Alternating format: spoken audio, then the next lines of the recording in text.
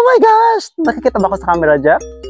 Ayan, so nandito na po tayo ngayon sa aming bahay. Gamit-gamit ko na tong mic na binili po sa atin ni Mami. So bago po natin ipapakita o i-reveal kung ano ba ang binili sa atin ni Mami na bago pong sasakyan, guys. Yes, sana matuwa kayong lahat dahil ako ay tuwang-tuwa. Ayan, so ipapasyal ko muna kayo dito sa aming halaman. Dito sa aming bahay, guys, nakikita nyo naman ang dami-dami kong sitaw. First look pa lang yan, unang plot pa lang yan na meron ako dito sa aming bahay kung anong halaman na meron ako. O diba, nakakaloka, kahit na maliit lang yung space natin, kahit na hindi ganong kalakihan, at least meron tayong tanim at meron tayong pinagkukunang ulam katulad dito. O, sinasabi ko na sa inyo, guys, na tayo ay may mga tanim na mga sitaw dito sa ating tabing bahay, kasi alam nyo, guys, napakahirap talaga dito sa napakahirap talaga sa panahon ngayon na ang lahat ay bibilhin pa natin. Pero kung meron na lamang din tayong time para mag tanim, yes, gawin na po natin para makaminus-minus gastos tayo. And then dito sa kabilang side, guys, meron tayong mga pakwan at meron tayong kamates, meron pa rin tayong sitaw. Naghalo-halo na kasi nga, guys, nung time na nagtatanim ako, marami akong pananim noon, kaya pinaghalo ko sila. Pero hindi pa rin tapos ang lahat. Still, nagtatanim pa rin po tayo. Sa side na to, guys, dito malapit sa aming bomba, sa aming poso, kukunan na namin ng tubig, nandito meron pa rin tayong tanim na sitaw. O, diba, nakakaloka ang lola mo, ang sipag-sipag, ang dami-dami kong pinagkakabalahan. Dito lamang po yan sa tabi ng bahay namin. Wala pa yan, guys, sa labas. Yes, kasi nga doon sa labas ay meron din tayong pinagkakabalan so far na maaari din natin pagkakitaan. O, diba? Ang sipag talaga ng lola mo, dahil sasabihin ko sa'yo, maloloka ka. And so for today's video, i-reveal na natin kung ano ang ating biniling sasakyan. Yes, na binigay po sa atin ni Mami. Actually, ang sasakyan po natin ay second hand, at least cash, at least nagagamit po namin ng maayos, at least hindi na po kami nagkakarga kung kani-kanino at namamasahe, nagbibigay ng fare ba yan sa English, nakakaloka kaday. Hindi na namin ginagawa yan. Instead, may sarili na nga kami, gasolina na lang, so napapadali na ang lahat at hindi na kami naghihintay pa. Diba, maloloka ka, sasabihin ko sa'yo. And isa pa, guys, napaka-convenient talaga ng lahat ng aming mga kilos ngayon. It's because meron na tayong sasakyan, ganon. Yan! So natunghayan nyo na, guys, ang ating mga pananim dito sa ating palibot ng bahay.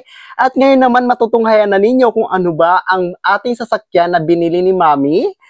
Of course, and 3, 2, and 1! Tcharam! Wow! Oh, diba? Ang lola mo, guys, bonggang-bongga. Ops, huwag kang ganyan, ha? Huwag kang masyadong judgmental. Sasabihin ko sa'yo, napaka-worth it talaga nito, guys, at napaka-convenience talaga sa amin dahil ang laki-laki talaga ng itinulong nito sa aming negosyo at sa aming araw-araw na transaction at travel. O, hindi ba? O, saan ka dyan?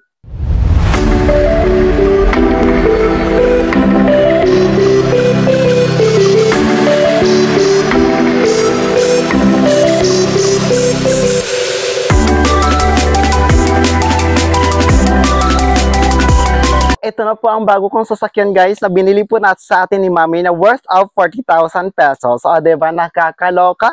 Samantalang dati, naglalakad-lakad lamang tayo na kasama ang ating paa. And right now, guys, meron na tayong sasakyan. Maluloka talaga ang lola ninyo.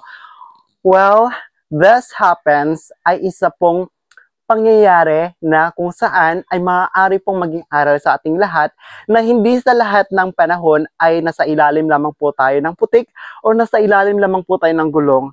Darating po talaga ang panahon, Dodoy, nakakaloka ka, ano to, MMK? Darating po talaga ang panahon na tayo mismo ay aangatin ng Panginoon, ilalagay niya po tayo sa taas. Ang kailangan lang po natin gawin ay maging humble po sa ating buhay, mapagbigay, mapangunawa, at higit sa lahat, mapagmahal, of course, at higit pala sa lahat, yung lagi nating sinasama ang Panginoon sa ating araw-araw na buhay, guys. Ganun dapat ang gawin natin, hindi yung kung sino-sino ang binabantayan natin sa buhay natin. Nakakaloka ka, sasabihin ko sa'yo. O, diba? sa tagal-tagal natin magkasama dito sa ating channel, at least merong improvements po ang aming buhay. Hindi ko man kayo naipapasyal kung saan-saan dito sa amin, at least naipapasyal ko naman kayo sa aking buhay. You are with my journey. Nakakaloka ka, day, sasabihin ko sa iyo. Ayan, so sa lahat ng mga nangangarap at sa lahat ng mga nahihirapan sa buhay, magpatuloy lamang po kayo. Wala pong mawawala sa inyo. Kung ano man yung pangarap ninyo, gawin po natin ang ating best. Kung ano man po ang gusto natin sa buhay natin, sisiguraduhin po nating matutupad yun. Huwag po tayong bibitiw. Kasi darating at darating talaga ang panahon, maghintay ka lang, darating din ang biyaya para sa iyo. O, diba? Nakakaloka ka? So sa lahat ng mga nanonood ng video ko, sana na-inspire ko po kayo.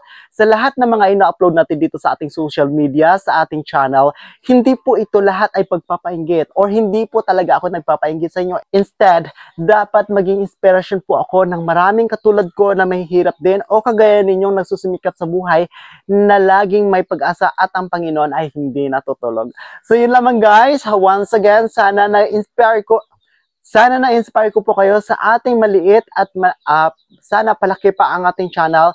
And kung bago pa lang po kayo sa aking YouTube channel, huwag niyo na pong kalimutang dutin ang subscribe button. So yun lamang guys. Bye!